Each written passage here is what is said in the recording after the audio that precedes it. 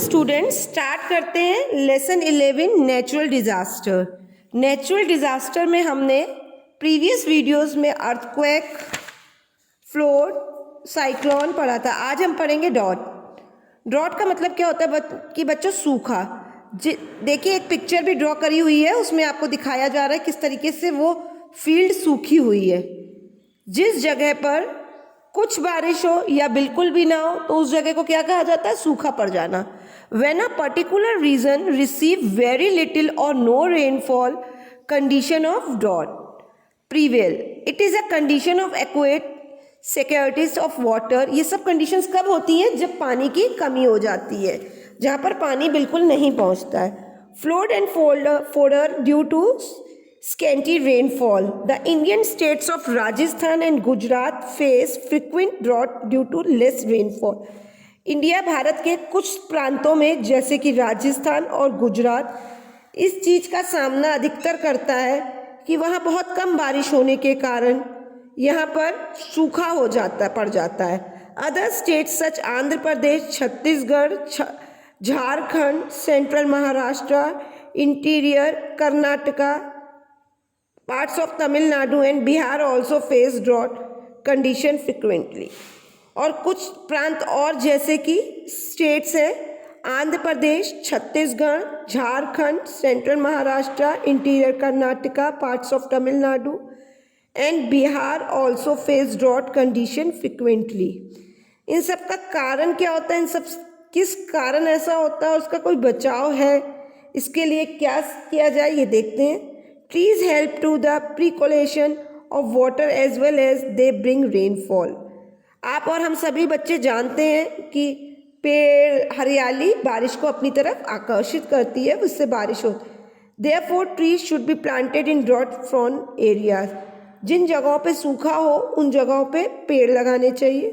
As these areas have inadequate water, rainwater harvesting will help the tackling drought condition. People should use water wisely. Drought resistant crops such as maize and sorghum should be grown. उन फसलों को लगाना चाहिए जो कि जिनमें पानी का प्रयोग बहुत कम होता है। कौन कौन सी हैं? मिल्ट है, मेज है, सोरगम है। इन सब चीज़ों का यूज़ करना चाहिए जिससे कि पानी की खपत कम हो और फसल उगे। तो बच्चों ये था हमारा चैप्टर नेचुरल डिज़ास्टर।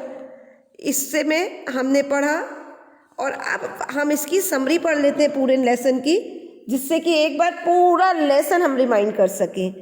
तो पेज नंबर 69 पे समरी है, देखते हैं, पढ़ते हैं। A natural activity that cause a great loss of life and property is called natural disaster. Natural disaster can occur in the form of earthquake, cyclone, floods and droughts. The sudden vibration or shaking of the earth's surface is called earthquake. अगर मैं पूछूं कि earthquake किसे कहते हैं तो आप लोग मुझे वन लाइन आंसर दोगे, वन वर्ड आंसर दोगे। The sudden vibration or shaking, shake होता है of the earth's surface is called an earthquake.